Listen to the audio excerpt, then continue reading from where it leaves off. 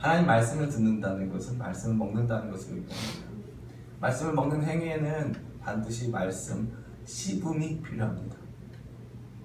말씀을 듣고 모른 채 하는 씹음이 아닌, 여러분이 카톡을 씹는 차원이 아닌 말씀을 적극적으로 소화시켜내겠다는 강력하고 열정적인, 지성적이며 감성적이고 전인격적인 노력들을 다 하여야 한다는 것을 의미합니다. 그러므로 여러분이 설교 시간에 조는 것은 제 책임이 아닙니다. 여러분이 설교 시간에 조는 것은 저와 여러분 모두의 책임입니다.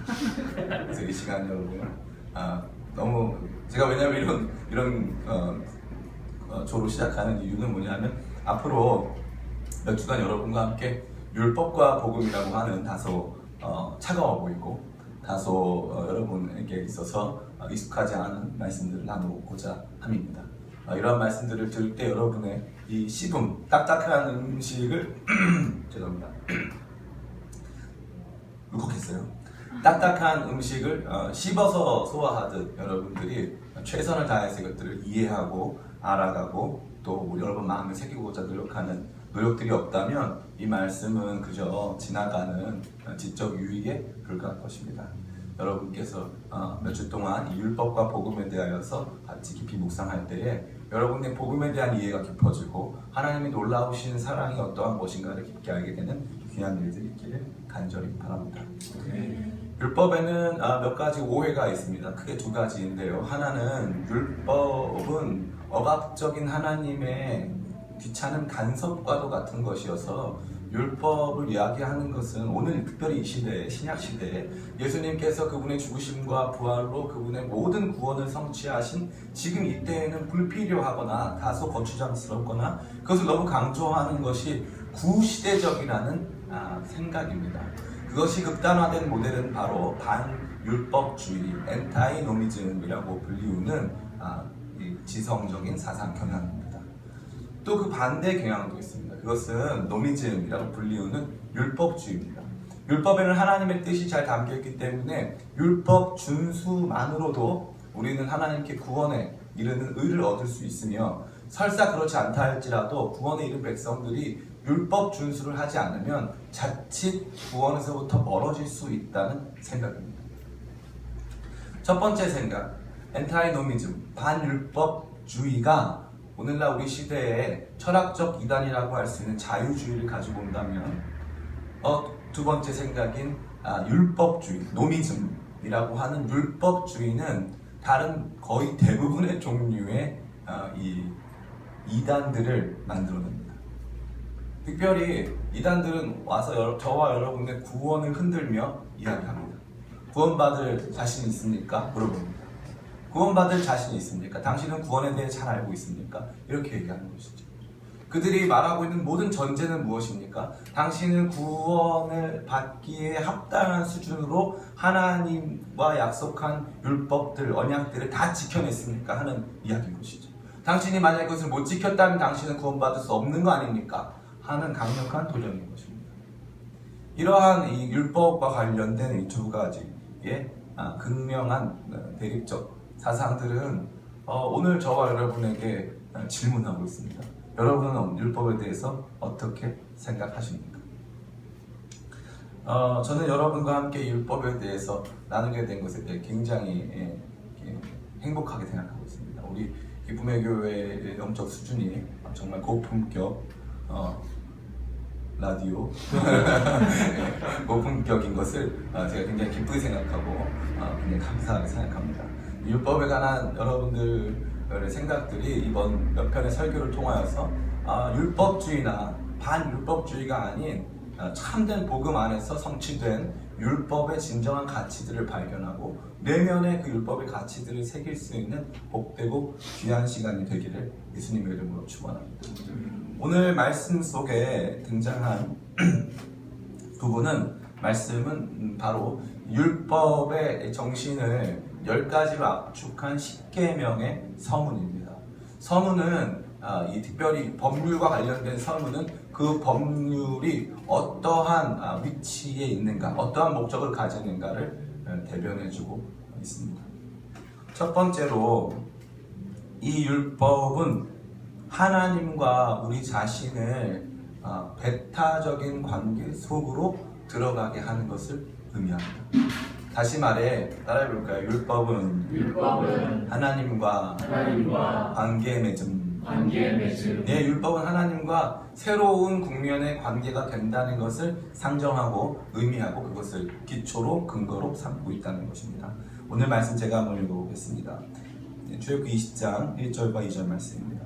하나님이 이 모든 말씀으로 말씀하여 이르시되 나는 너를 애굽 땅 종 되었던 집에서 인도하여 낸 내 하나님 여호와니라. 하나님께서 단순히 저와 여러분에게 너는 이 율법을 지켜라, 이 율법을 지키면 살고 이 율법을 지키지 않으면 죽는다 그 말씀하신 것이 아닙니다.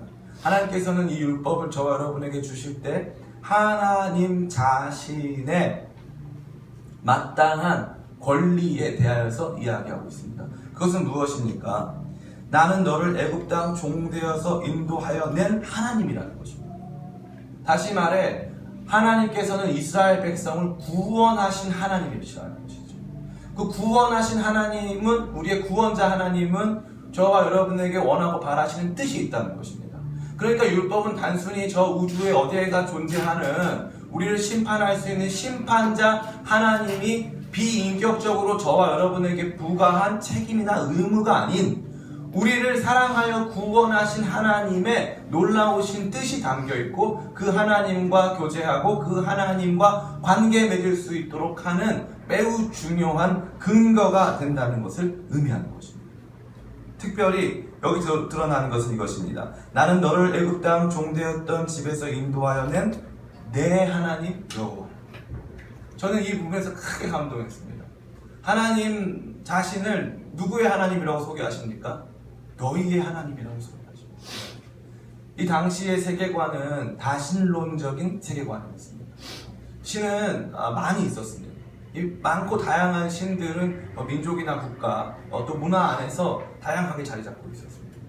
근데 하나님께서는 다른 어떤 신도 아닌 내가 바로 너희들을 구원하여 낸 하나님이야. 나 여호와가 너희들을 구원하여 낸 하나님이야 라고 말씀하시면서 그 다음에 율법을 시작하십니다. 그렇기 때문에 율법을 단순히 이 비인격적인 규칙 정도로 여기는 것은 하나님을 모독하는 것입니다. 하나님께서 여러분에게 이 율법을 언제 주셨습니까? 하나님께서 이스라엘 백성에게 율법을 언제 주셨습니까? 이스라엘 백성들이 애굽의 종노릇할 때 율법 주지 않으셨습니다.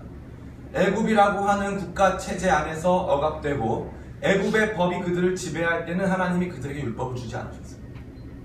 하나님께서 언제 그들에게 율법을 주셨습니까? 그들이 홍해 바다를 건너 이제 자유롭게 되었을 때에 하나님께서 그들에게 율법을 주셨습니다. 그러면 우리는 구원과 율법의 선후 관계를 따질 수 있습니다. 여러분 다 머리가 좋으시니 제가 물어보겠습니다.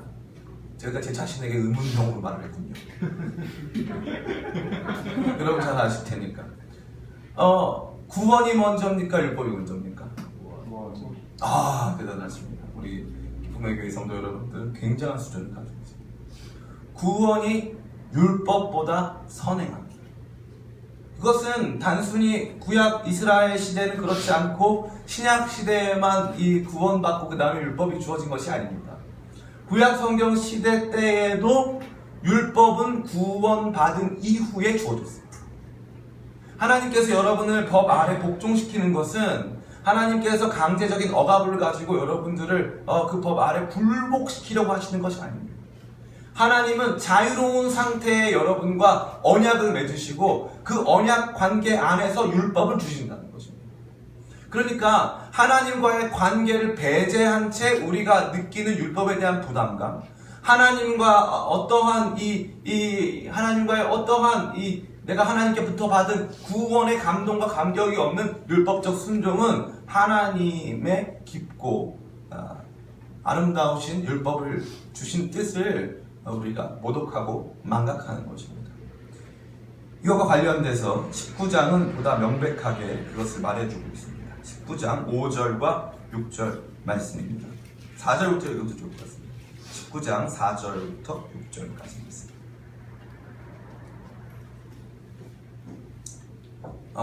제가 상당히 지금 목이 마르고 있습니다. 최근에 제가 과테말라 커피를 많이 마시니까 목이 마릅니다. 출애굽기 19장 4절부터 6절까지 말씀 같이 한번 읽어보겠습니다. 내가 애굽 사람에게 어떻게 행하였음과 내가 어떻게 독수리 날개로 너희를 업어 내게로 인도하였음을 너희가 보았느니라. 세계가 다 내게 속하였으니 너희가 내 말을 잘 듣고 내 언약을 지키면 너희는 모든 민족 중에서 내 소유가 되겠고 너희가 내게 대하여 제사장 나라가 되며 거룩한 백성이 되리라. 너는 이 말을 이스라엘 자손에게 전할지니라. 아멘. 4절은 하나님께서 애굽으로부터 그들을 구원하신 내용을 담고 있습니다. 독수리 날개로 너희를 업어 나에게 인도하였다고 말씀해주고 있습니다. 그 이후에 세 가지 중요한 단어가 등장합니다. 너희는 모든 민족 중에서 내 소유가 되겠고, 소유가 되겠고. 이것이 하나님께서 저와 여러분에게 이 율법을 주시는 가장 중요하고 근본적인 이유입니다. 하나님께서는 여러분을 하나님의 것으로 삼기를 원하십니다. 저는 2013년에 결혼을 했습니다. 2013년에 결혼을 하기 전 저희 사모님은 저의 사랑을 의심하고 결혼 이후에 벌어질 여러 가지 일들에 대하여서 심각한 불안을 느끼기 시작했습니다. 그리고 사모라는 영광스러운 직분이 부담스럽게 느껴져 저에게 쉽게 결혼도 하지 않은 상태에서 짜증을 내곤 했습니다. 그래서 제가 저희 사모님과 언약을 체결했습니다. 나의 결혼 계획서라고 하는 계획서를 작성한 것입니다. 나의 결혼 계획서는 이론편과 실천편을 가지고 있습니다. 이론편은 결혼은 하나님께서 제정하신 놀라운 제도이며 결혼을 통하여서 하나님께서는 우리를 향한 크고 놀라운 뜻을 이루신다는 것을 신학적으로 서술하고 있습니다. 이론편은 그러한 이론의 적용으로서 실천편은 그러한 이론의 적용으로서 어떻게 내 집 마련 등등을 감당할 것인가에 대한 구체적인 계획들이 수립되어 있습니다. 제가 왜 이딴 쓸데없는 얘기 여러분께 드리냐 하면 결혼을 하기에 앞서서 남과 여는 이 서로에 대한 약속을 합니다. 서로에 대한 약속. 우리가 앞으로 살아가야 하는 삶에 대한 약속을 한다는 것입니다.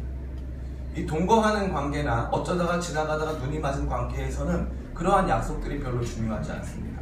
얼핏 당신이 나한테 비교적 잘해줄 것으로 내가 보여집니다 하는 지레짐작만 가지고 거기서 이 혼인관계는 아니지만 거의 실제적인 부부관계로 살아갑니다. 그러나 정식적인 부부는 그렇게 살아가는 부부가 없습니다. 정식적인 부부들은 모두 특별한 약속을 갖습니다. 그 특별한 약속은 다양하지만 그 내용은 같습니다. 검은 머리가 팥불이 되도록 너만 사랑한다. 이러한 내용입니다. 이러한 약속은 아무 의미가 없어 보이지만 이 약속이 있느냐 없느냐에 따라서 우리의 결혼의 합법적이고 매우 당당하고 공적으로 선언된 것인지 아니면 사적이고 다소 불편한 그런 것인지를 판가하는 것입니다. 오늘 하나님께서도 여러분에게 말씀하십니다. 율법을 너희에게 준 것은 이 율법 준수로 말미암아 너희가 내 소유가 되게 하게끔 하기 위한 것이라는 것입니다. 나는 그분의 것, 그분은 나의 것. 나는 그분의 것, 그분은 나의 것. 이 관계 속으로 들어가게 하기 위한 관문이 된다는 것입니다. 사랑하는 우리 성도 여러분, 그 율법 나쁜 것입니까? 아닙니다. 하나님의 이 고상하고 아름다운 의도를 담고 있습니다. 오늘 처음 오늘 처음은 아니지만 이 홍해바다에서 건너서 이제 처음 자유를 구가하며 이 광야를 걷는 사람들에게 내가 너희의 하나님이고 나는 너희랑 같이 살 거야. 내가 너네 하나님이 될 거야. 그리고 너희가 내 백성, 내 신부, 내 자녀가 될 거야. 나는 그렇게 믿고 있어. 하는 하나님의 거룩하고 복된 약속이라는 것입니다. 그러면 여러분 율법을 대해서 어떻게 하시겠습니까? 안 지키겠습니까? 멸시하겠습니까? 율법에 담긴 하나님의 정신과 뜻을 무시하시겠습니까? 결코 그럴 수 없습니다. 율법은 폐기되어야 될 것이 아닙니다. 율법은 제가 더 강하게 말씀드리자면 더 잘 지켜져야 할 것입니다. 나를 이 버려진 고아와 같은 나를 자녀 삼으신 하나님 아버지의 영광스러운 뜻이 있는 이야기이기 때문에 내가 그분과 더욱더 깊이 관계 갖고 그분과 더욱더 깊이 교제하고 더욱 깊이 사귀고 하나님을 더욱 깊이 알기 원하여서 그분의 율법을 더욱 깊이 묵상하고 그 율법대로 살고 싶은 열망이 차오른다는 것입니다. 첫 번째 율법의 가장 기초가 되는 것이 바로 이 하나님의 구원 사건이며 이 구원 사건으로 말미암는 하나님과 나와의 관계 맺음이었다면 두 번째 율법에 갖는 이 목적과 비전은 19장 6절에 잘 나와 있습니다. 같이 한번 읽어볼까요? 시작. 너희가 내게 대하여 제사장 나라가 되며 거룩한 백성이 되리라. 너는 이 말을 이스라엘 자손에게 전할지니라. 아멘. 너희가 내게 대하여 제사장 나라가 된다고 말씀해 주시고 있습니다. 제사장 나라라는 것은 국가를 의미하는 것입니다. 하나님께서 이 율법을 주신 것은 이 국가를 이루려 하심이었습니다. 최근에 이슬람 국가라고 하는 이 이슬람 무장 테러 단체가 생겨났습니다. 대략 2만여 명이 넘는 사람들이 가담하고 이 굉장히 많은 부와 무기들을 가지고 이 서방 세계와 이슬람권 내에서도 강력한 위협이 되고 있는 IS가 바로 그것입니다. 이 이슬람 국가는 이슬람 율법의 문자적인 적용, 이슬람 율법의 보다 강력한 시행을 촉구하고 또 그것들을 실행하고 있습니다.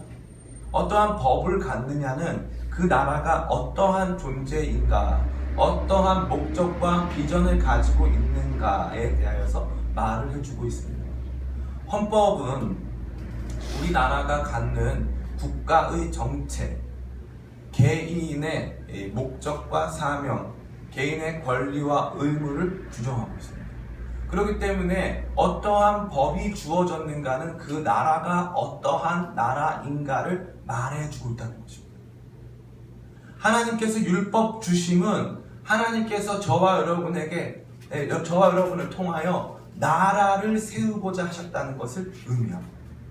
우리는 지나치게 율법을 이 개인적 규칙, 우리에게 부과된 개인적 규칙이나 이 뭔가 나를 억압하려고 하는 이 몸부림으로밖에 보지 않는 경향이 매우 강합니다. 저는 그것에 대해서 굉장히 안타깝게 생각합니다. 굉장히 안타깝습니다. 그것은 하나님을 굉장히 모독하는 것입니다. 그것은 하나님을 굉장히 유치한 하나님으로 만드는 것입니다. 나의 삶의 이 작은 부분 하나도 움직일 수 없도록 만드는 이 뭔가 나를 제약하는 아주 치졸한 간섭 정도로 여기는 것입니다. 전혀 그렇지 않습니다. 하나님의 율법은 여러분 안전띠 매라 안 매라 뭐 이런 것이 아닙니다. 저는 안전띠를 안 매는 습관을 갖고 있습니다. 저희 사모님들 저를 정죄하고 전도사님이 안전띠 안 매면 어떡하냐 이렇게 하면서 성도들한테 어떻게 설교하려고 그러냐 뭐 이런 말 합니다. 그리고 제가 신호 위반 등등을 가끔 해놔요. 부끄럽습니다. 많은 벌칙금과 딱지들을 경험했습니다. 그런데 저는 하나님을 교통순경으로 여기는 수많은 성도들을 보았습니다. 주일날 교회 안 가면 딱지 끊어, 술 마시면 범칙금 내 하는 수준이었습니다. 하나님의 율법 주심은 그러한 것이 아니었습니다. 하나님의 율법 주심은 하나님이 세우실 하나님 나라가 세상 모든 사람들을 하나님께 이끌어 갈 만한 제사장 나라가 되기를 원하는 비전을 가진 것이었습니다. 안전벨트를 매고 과속하지 않고 신호를 지키고 거리를 더럽히지 않고 다른 사람들에게 친절을 베푸는 선진국과 같은 모습을 볼 때 우리는 그 나라를 칭찬하지 않습니까? 우리도 저 나라처럼 돼야 되겠다고 하지 않습니까? 하나님도 동일하십니다. 그러한 비전을 가지고 하나님께서 율법을 주신 것입니다. 하나님의 율법은 그 당시에 존재했던 모든 국가의 율법을 초월합니다. 하나님의 율법 안에는 지금도 감히 시행하거나 상상할 수 없는 놀라운 법들로 가득 차 있습니다. 제가 한 가지 예만 드리겠습니다. 제가 만약에 우리 김동희 형제에게 돈을 빌려줬습니다. 5,000원을 가서 커피 사 먹으라고 빌려줬습니다. 김동희 형제가 돈을 갚지 않습니다. 돈을 갚지 않아서 제가 김동희 형제 왜 나에게 돈을 갚지 않느냐? 그러면은 너 지금 뭐라도 나한테 줘라. 그러면 전도사님 저 돈이 없어요. 그러면 네가 입고 있는 그 라코스테 옷이라도 줘라. 그래서 이 야구 옷을 벗어줬습니다. 그런데 놀라운 사실은 뭔지 아십니까? 밤이 되면 제가 돌려받은 그 라코스테 옷 있지 않습니까? 그것을 돌려주는 것이 법입니다. 돌려줘야 합니다. 왠지 아십니까? 김동희 형제가 추울까봐. 김동희 형제가 추울까봐 그 옷을 돌려줘야 한다. 이건 법입니까? 정신입니까? 정신. 율법은 그 규칙 자체가 중요한 것이 아니라 그 규칙에 담겨있는 정신이 매우 중요합니다. 그래서 사도 바울은 고린도전서 말씀을 통하여서 밭을 맺는 소의 입에 망을 씌우지 말라라는 말씀을 제공합니다. 그 말은 뭐냐면 소가 이렇게 밭을 이렇게 가꾸는데 소가 가끔 이 씨앗을 먹습니다. 가끔 씨앗을 먹으니까 이 나쁜 놈의 소 너 씨앗 먹지 마 하면서 이 소의 이 입에다가 망을 씌우는 경우가 있었다는 것입니다. 그런데 하나님은 율법으로 그것을 금지했습니다. 소가 그 밭을 먹을 권리가 있다는 것입니다. 그 밭에 있는 이 씨앗 먹고 조금 배를 채울 권리가 소에게 있다는 것입니다. 그리고 나서 사도 바울께서 어떻게 적용합니까? 그것이 하나님이 소를 위함이냐? 그렇지 않다는 것입니다. 단순히 이 소에게 적용된 이 규칙은 이것에 대한 문자적인 시행을 넘어서서 뭔가 일하고 있는 사람들이 거기서 나오는 소산을 함께 나누며 먹을 수 있는 사회가 건강하고 바른 사회라는 것을 말해주고 있다는 것입니다. 얼마나 이 법이 여러분 이 발달한 법입니까? 얼마나 이 정신이 아름답습니까? 이 율법은 저와 여러분들을 이 세상에서는 살 수 없는 아주 멋있고 영광스러운 제사장과 같은 사람들로 세워준다는 것입니다. 그래서 이 법을 잘 지키고 살아가면 우리가 살아가는 문화가, 우리가 살아가는 삶의 모습들이 다른 사람들이 부러워할 만한 선진국과 같은 모습이 된다는 것입니다. 하나님의 통치가 임하는 거룩한 나라와 문화가 된다는 것입니다. 우리 신명기 4장 6절부터 한번 찾아볼까요? 신명기 4장 6절 말씀입니다. 성경을 찾아서 읽을 때에 은혜가 되는 줄이 있습니다. 5절과 6절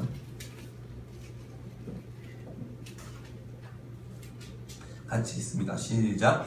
내가 나의 하나님 여호와께서 명령하신 대로 규례와 법도를 너희에게 가르쳤나니 이는 너희가 들어가서 기업으로 차지할 땅에서 그들을 행하게 하려 하는즉 너희는 지켜 행하라. 이것이 여러 민족 앞에서 너희의 지혜요 너희의 지식이라. 그들이 이 모든 규례를 듣고 이르기를 이 큰 나라 사람은 과연 지혜와 지식이 있는 백성이다 하리라. 8절 같이 있습니다. 시작. 오늘 내가 너희에게 선포하는 이 율법과 같이 그 규례와 법도가 공의로운 큰 나라가 어디 있느냐. 아멘. 아멘.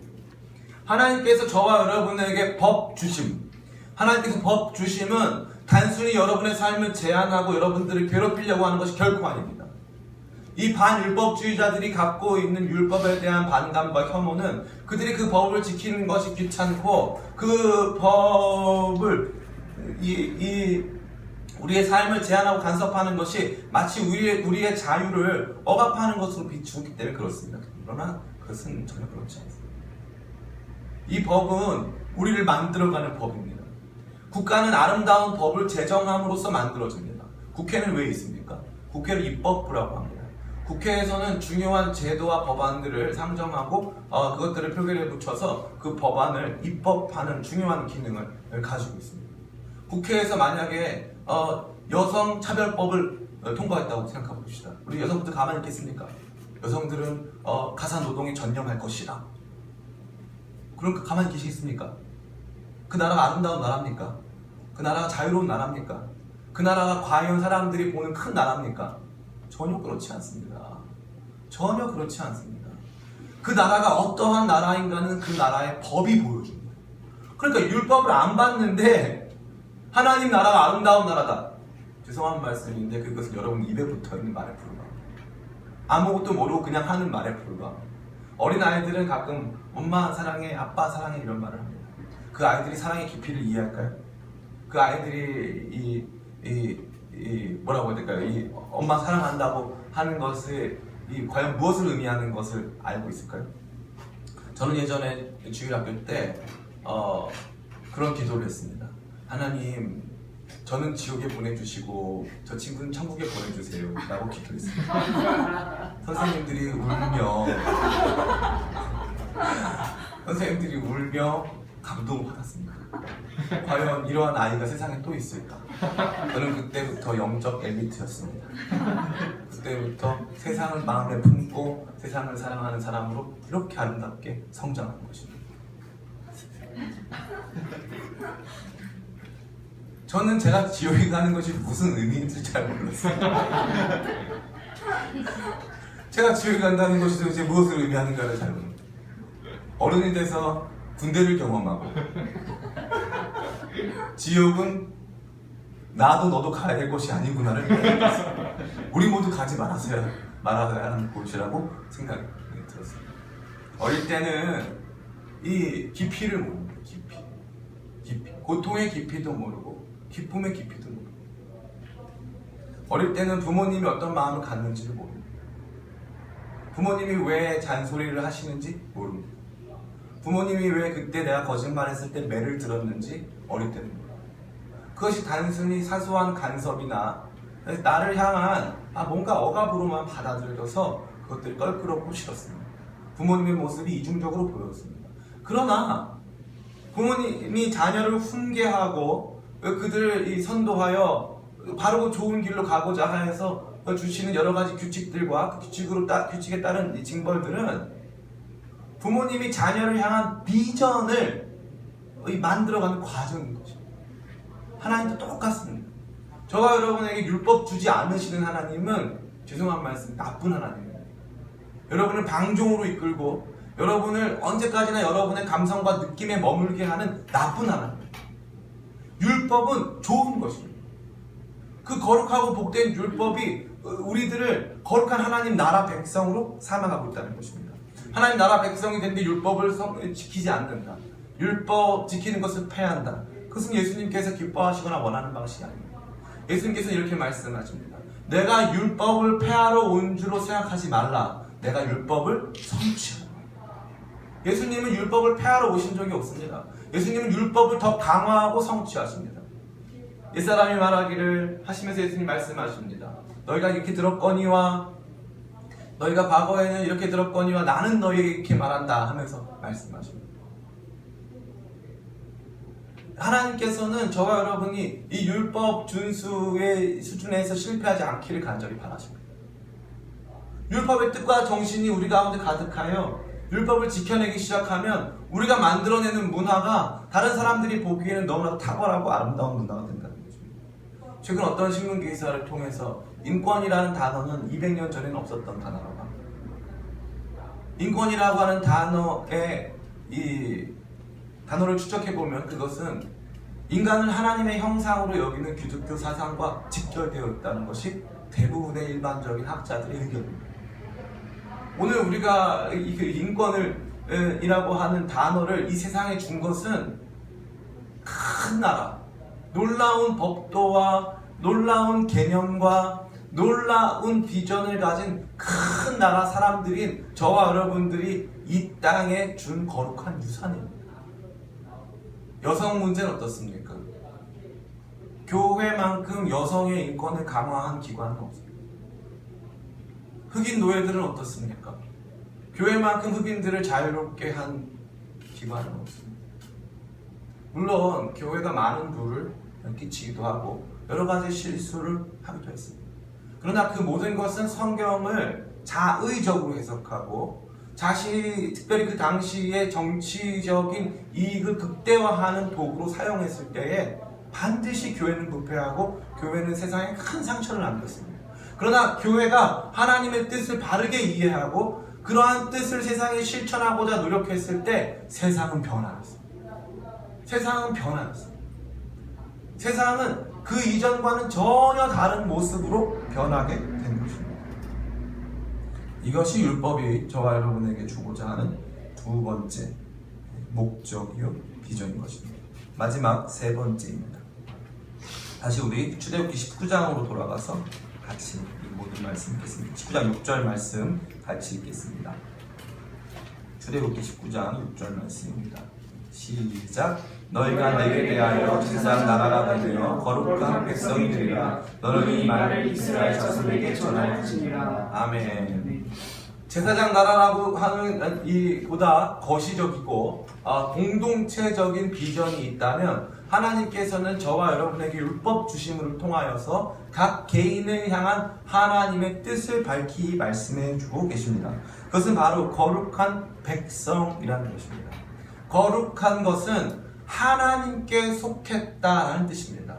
거룩은 하나님의 본성입니다. 인간의 본성은 거룩하지 않습니다. 인간의 본성에 대한 여러분들이 다양한 이야기를 들을 수 있을 것 같습니다. 그러나 그것은 지배적인 생각이 아닙니다. 특별히 여러분의 내면을 잘 관찰해보면 거기 안에 선한 것이 나온다는 생각은 잘못된 생각입니다. 기독교는 명상을 하지 않습니다. 기독교는 명상의 종교가 아닙니다. 여러분 가만히 아무런 생각 없이 촛불을 켜놓고 깊이 묵상을 하면 뭐가 나옵니까? 귀신이 나옵니다. 무섭습니다. 가만히 촛불을 켜놓고 깊이 묵상을 하면 귀신이 나오거나 괴물이 나오거나 둘 중 하나입니다. 여러분 내면 안에 괴물이 있습니다. 여러분 안에 이 죄악으로 파도치는 죄악으로 완전히 오염된 무의식이 자리 잡고 있습니다. 그 무의식 속에 여러분들은 깊은 내면의 상처와 억압과 아픔과 상처들을 담고 있습니다. 기독교는 그러한 내면적 명상이나 묵상에 사로잡히는 신앙이 아닙니다. 기독교 신앙은 하나님과 관계가 있습니다. 하나님은 거룩하십니다. 거룩하다는 것은 죄가 없다는 것을 의미합니다.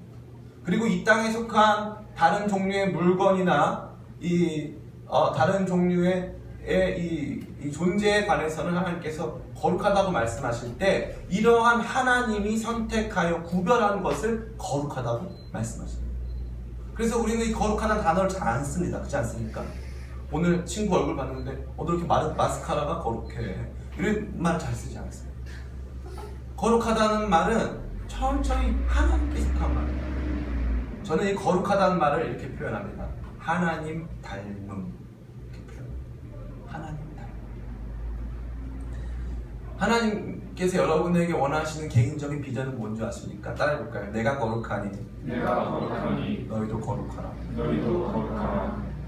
우리가 도달할 수 있습니까? 없습니까? 도달할 수 없습니다. 도달할 수 없습니다. 저와 여러분은 이 땅에서 아무리 노력해도 도달할 수 없는 그 위치가 내가 거룩하니 너희가 거룩하라 하는 그 위치입니다. 하나님의 거룩하심을 보여주는 것이 바로 율법입니다. 그 율법을 준수함으로써 하나님의 거룩하심 앞으로 조금씩 나아갈 수 있도록 하나님께서 해주신 것입니다.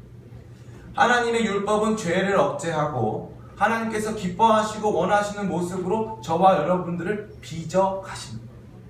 그러기에 율법은 저와 여러분에게 너무나도 귀중하게 요청되는 것이고 여러분의 개인적 영적 성장과 개인적 영적인 발전에 너무나도 큰 유익을 주는 것입니다. 그런데 사람들은 율법 지키는 것을 싫어합니다. 영적인 일들은 마치 율법 없이 그저 어떤 감흥이나 지적 깨달음 속에서만 이루어지는 것을 생각하는데 결국 그렇지 않습니다. 거룩함은 실천을 통하여서 우리의 삶에 이루어집니다. 믿으십니까? 완벽하게 이루어지진 않지만 그 거룩함의 맛이 우리를 조금씩 덮어가는 것을 느낄 수 있습니다. 저희 기쁨의 교회는 소원우석 전도사님과 제가 공동으로 담임하는 교회입니다. 소원우석 전도사님과 저는 고등학교 때 친구였습니다. 우리 안병일 성도님이 지원해 주시기를 저는 고등학교 때 음담패설을 많이 했답니다. 저는 고등학교 때 제가 음담패설 한 것이 기억이 나지 않습니다. 트로스 전사님이 저에게 한 말이 있어요. 저랑 공동으로 교회 개척하면서 네가 너무 많이 변했더라. 그 한마디였어요. 저는 그것을 경험했습니다. 저는 많이 변했습니다. 그 이전보다 훨씬 거룩해졌습니다. 제 까만 피부나 어떤 불편한 눈 이런 것이 여러분 보시기에는 다소 안 거룩해 보일 수 있어요. 그러나 저는 거룩해졌습니다. 그 이전보다 더욱더 조금씩 저의 삶은 그분의 말씀 앞에 순종하고자 하는 노력으로 채워지고 있습니다. 거룩은 행복한 것입니다. 거룩은 행복한 것입니다. 주님을 알고 닮아가고 주님을 만나고 체험하면 할수록 제 삶에 주님의 형상과 모습이 닮아지는 것입니다. 율법은 그 비전을 가지고 있습니다. 여러분을 거룩한 하나님의 사람으로, 하나님께 받아들여질 만한 사람으로 빚어가시는 거죠. 하나님은 최초에 받아들여질 수 없는 여러분을 구원하셨습니다. 받아들여질 수 없는 여러분을 구원하셔서, 그러면 하나님이 이미 받아들여질 수 없는 우리를 구원하셨기 때문에 하나님은 있는 그대로의 내 모습을 언제나 받아주셔야 해. 이것은 절대로 잘못된 겁니다. 여러분은 하나님의 손에 있습니다. 하나님의 손은 여러분을 가만히 두지 않습니다. 예를 들면 여러분이 길에서 구걸하는 이 어떤 전문 구걸인이었다고 생각해 봅시다. 여러분이 전문 구걸인이셨는데 어느 날 아주 이 왕자가, 찰스 왕자 이런 분이 찾아오셔가지고 여러분에게 손을 내밉니다. 나의 사랑하는 자야, 나와 함께 가지 않으려. 여러분을 얘기합니다. 저를 어디로 데려가시려고요? 너를 궁전으로 데려가려고 한단다. 그러면 궁전으로 여러분을 데리고 간 그 왕자는 여러분이 구걸인의 모습을 그대로 갖고 살게끔 두겠습니까? 아니면 여러분을 깨끗이 씻겨서 예쁜 옷을 입히겠습니까? 제가 이거 물어보는 게 너무나도 유치할 정도로 당연합니다. 주님께서는 여러분을 깨끗이 씻기를 원합니다. 여러분을 철저히, 여러분에게 묻어있던 것들을 깨끗이 닦아서 여러분을 아름다운 보석으로 이렇게 치장시켜 주시고 거룩한 옷으로 입혀주시고 그 왕궁에 적합한 사람의 말과 법도와 행동, 그것을 따라서 살아갈 수 있도록 여러분을 고귀하고 아름다운 사람으로 만들어 간다는 것입니다. 우리는 그게 싫습니다. 우리는 구걸하는 게 좋아요. 우리는 이 거리가 익숙해. 이 거리의 자유로움, 거리에서 흐르는 음악과 낭만들, 나는 이게 너무 좋습니다. 할 수 있습니다. 그러나 일단 우리가 그분의 손에 이끌려 그분의 거룩한 궁전으로 간 이상 그분의 법도, 이 그분이 우리에게 주시는 아름답고 이 온전한 삶의 모습들이 우리를 조금씩 바꾸고 있다는 것입니다. 따라해볼까요? 사람은 바뀝니다. 사람은 바뀝니다. 저는 군대에 가기 전에 아침에 6시에 일어날 수가 없는 사람이었습니다. 지방 간등이 있고 얼굴이 까만 것으로 보아 상당히 고통스러운 삶을 살았습니다. 피곤했습니다. 만성피로. 여러분들 늘 경험하시는 것이죠. 그런 만성피로가 제게 있었습니다. 군대에 가자마자 전 6시에 일어날 수 있을까 고민 많이 했습니다. 5시 55분만 되면 눈이 자동적으로 떠지거든요. 처음에 그렇게 익숙하지 않던 군복이 제게 너무 익숙했습니다. 나중에는 그 옷이 잘 어울린다는 소리를 듣고 심각한 짜증과 함께 동시에 이상한 자랑스러운 느낌이 느껴지기 시작했습니다. 하다못해 여러분 이 세상에서 사는 것보다 못하다고 생각하는 군대 생활마저도 익숙해지고 편안해지고 거기에서 하는 말들이 익숙해집니다. 제가 제일 어려웠던 것은 신고하는 것입니다. 신고합니다. 병장 이용 명령 휴가 복귀하였습니다. 뭐 이런 거 어떻게 해 저런 거 어떻게 해 그랬습니다. 그런데 어느 순간 부대에서 대부분의 신고를 제가 하고 있었어요. 대부분의 신고를 제가 너무 능숙하게 잘해서 사람들이 다 저한테 와서 물어보고 다녔습니다. 저는 알고 봤더니 타고난 군인이었던 것이었습니다. 월남에서 돌아온 김상수, 그런 사람이었던 것이죠. 제가 무슨 말씀을 드리고 있는 것입니까? 여러분의 지금 삶의 태도, 삶의 행위, 여러분이 즐기고 있고 여러분이 누리고 있었던 여러 가지 이 삶의 모습들, 여러분의 그 삶의 그 취향, 그것마저도 하나님께서 바꾸실 수 있다는 것입니다. 싫은데요? 안 됩니다. 하나님이 여러분 바꾸실 것입니다. 하나님 여러분 철저히 벗겨내시고 바꾸실 거예요. 여러분이 이 하나님의 손에 여러분을 더 많이 맡겨드리면 맡겨드릴수록 여러분은 달라지고 변화된 여러분 자신을 만날 수 있습니다. 어떤 사람들은 순종으로 이 과정을 감당합니다. 주님 나를 씻어주십시오. 주님의 거룩한 옷으로 입혀주십시오. 주님 나는 부정합니다. 주님 나는 더럽습니다. 난 예쁘지 않습니다. 나는 못생겼습니다. 주님 전 얼굴이 까맣고 배가 나왔습니다. 주님 나를 날씬하게 다이어트 시켜주시고 하얀 얼굴을 주시고 거룩한 옷을 입혀주시고. 왜 웃고 있어요 다들? 네. 그런 생각이 들 수가 있습니다. 근데 어떤 사람들은 싫어. 주님 저를 바꾸지 말아주십시오. 은혜는 주시되 저를 바꾸지 말아주십시오. 저를 바꾸는 건 싫습니다. 저는 지금의 내 모습이 좋습니다. 그것은 어린이들이 하는 거죠. 그걸 어리광이라고 합니다. 씻자 그러면 싫어. 씻자 싫어. 안 해. 옷 갈아입자 싫어. 안 해. 누가 하는 겁니까? 애기들이 하는 겁니다. 애기들은 작은 이 인형을 막 이거 없으면 못 살아. 이거 꼭 있어야 돼. 이거 품고 삽니다. 그것을 애착이라고 합니다. 정서적인 발달이 안 될수록 그런 애착들이 있어요. 그런 애착. 지금 얼마나 많은 키덜트족이 있습니까? 이 완구, 뭐라고 그러죠 이거를? 저거 있지 않습니까? 피규어. 이 피규어 막 정신이 똑바로 박힌 사람들이 막 피규어 만들고 있지 않습니까? 제가 아는 어떤 형제님은 저보다 나이가 많은데 거의 40살에 육박한 나이인데 레고를 하고 있습니다. 재밌답니다. 거기에 집착하고 있어요. 그것은 어리광. 저는 사실 일종의 문화, 아니 어리광. 무한도전에 집착하는 사람, 어리광. 드라마에 어리광입니다. 웹툰, 어리광. 쇼핑, 어리광. 단호합니다. 단호, 커피, 어리광. 술, 어리광. 야구, 어리광. 다 어리광입니다. 언젠가 주님께서 여러분 그 기대해 보신 적 있습니까? 여러분의 삶을 바꿔서 내 인생의 취미가 기도가 되는 거예요. 얼마나 멋있습니까? 아침에 오늘은 산기도 가봐요. 내일은 강기도, 다음날은 바다기도. 그러면 다음에는 지하철 기도, 버스 기도, 거리를 걷다가 기도, 롯데리아 기도, 뭐 부동산 기도 가가지고 다 가서 기도를 하는 것이에요. 거리를 걸으면서 맨날 기도만 하는 거예요. 너무 행복한 거예요. 쉬지 말고 기도하라. 주님 그렇습니다. 감사하고 찬양합니다. 그 다음에 찬양해야지. 지하철에서도 찬양, 버스에서도 찬양. 내 마음에서 여러분 상상해 본 적 있습니까? 저는 그 이전까지 상상해 본 적 없는데 하나님을 제대로 만난 다음에 제 인생이 그렇게 되기를 소원했어요. 내 한평생이라도 내 인생의 한 날이라도 잘 때나 깰 때 함께 하소서. 지혜의 주여 말씀으로서 언제나 내 안에 계시소서. 주는 내 아버지 나는 아들 주 안에 내가 늘 살고죠.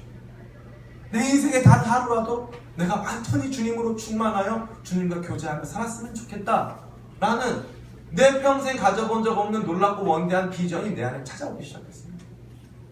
율법은 저와 여러분에게 그러한 삶으로 만들어가는 귀한 통로가 되는 것입니다.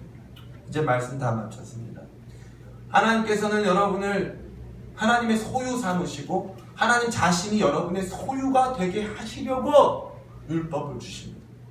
하나님은 여러분을 통해서 거대하고 아름답고 이 선진화된 하나님의 나라를 세워가기 위하여서 하나님 나라의 헌장, 하나님 나라를 선포하고 하나님 나라의 영광스러운 이 제도와 통치를 보여주기 위해 율법을 선물해 주셨습니다. 하나님께서는 여러분 개인을 거룩하고 아름다운 사람들로 빚어가시고 그분과 교제할 만한 그분의 성품을 닮아가는 사람들로 빚어가시고자 율법을 주신 것입니다. 이 율법에 대한 사랑, 이 율법에 대한 감격, 이 율법에 대한 깊은 묵상, 그것이 바로 복 있는 사람입니다. 복 있는 사람은 여호와의 율법을 즐거워하여 그 율법을 주야로 묵상하는 자입니다. 그러기에 이 율법은 여러분을 째째하게 규제하려고 하는 것이 아닙니다. 여러분 율법 찾아보세요. 째째하게 규정하는 것은 바리새인들이 하는 것입니다. 바리새인들이요. 하나님 율법은 제가 어느 한 구절 갖고 와보세요. 째째한 구절이 단 한 구절도 없습니다. 단 한 구절도 째째한 구절이 없습니다.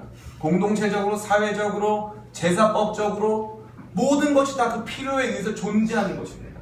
그리고 특별히 하나님의 성품을 알게끔 다 디자인되어 있습니다. 앞으로 몇 주간 여러분이 또 듣고 싶어 하지 않으시겠지만 이 율법에 대한 설교를 들으실 때에 늘 기억해야 될 것은 이 율법은 안전띠 매라, 과속하지 마라, 신호 위반하지 마라 하는 우리와는 아무 관계없는 비인격적인 그 누군가가 저와 여러분에게 준 것이 아닌 우리를 애굽 땅 종되었던 곳에서 독수리 날개로 구원하여 자유 주신 그 하나님께서 기쁘고 즐거운 마음으로 함께 언약 가운데서 지키라고, 지킴으로써 거룩한 제사장 나라가 되고 거룩한 백성이 되라고 주신 영광스러운 뜻이라는 것을 기억하여 앞으로 진행되어지는 말씀들을 여러분 마음에 새기게 되는 귀한 은혜 있게 되기를 예수님의 이름으로 축원합니다. 아멘.